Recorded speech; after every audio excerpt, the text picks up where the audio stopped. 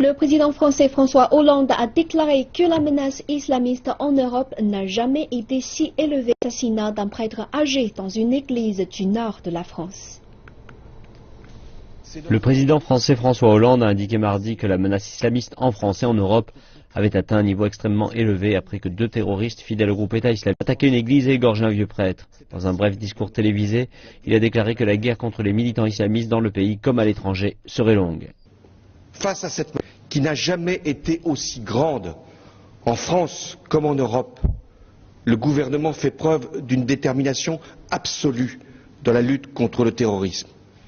Il mobilise tous les moyens humains et matériels, avec une présence à un niveau jamais atteint sous la Ve République de nos policiers, de nos gendarmes et de nos militaires sur l'ensemble de notre territoire.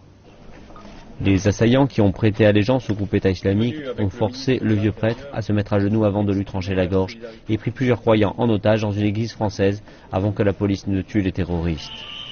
Il s'agit de la dernière des attaques en Europe inspirées par le groupe État islamique basé en Irak et en Syrie, qui est confronté à la coalition menée par les États-Unis, dans laquelle la France est un partenaire majeur.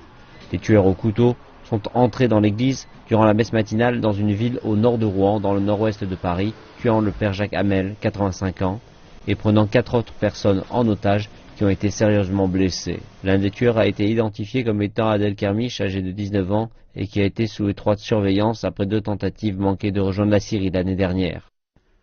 L'un des 2 auteurs a été formellement identifié en fin de journée, après comparaison de ses empreintes papillaires, comme étant le nommé Adel Kermiche, né le 25 mars 1997 à Mont-Saint-Aignan, dans le département de la Seine-Maritime.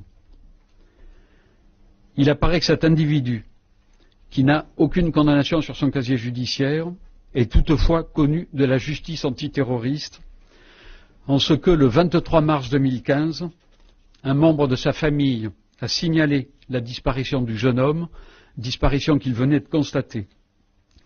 Le jeune homme a été interpellé le même jour par les autorités allemandes, alors qu'il utilisait l'identité de son frère pour se rendre en Syrie.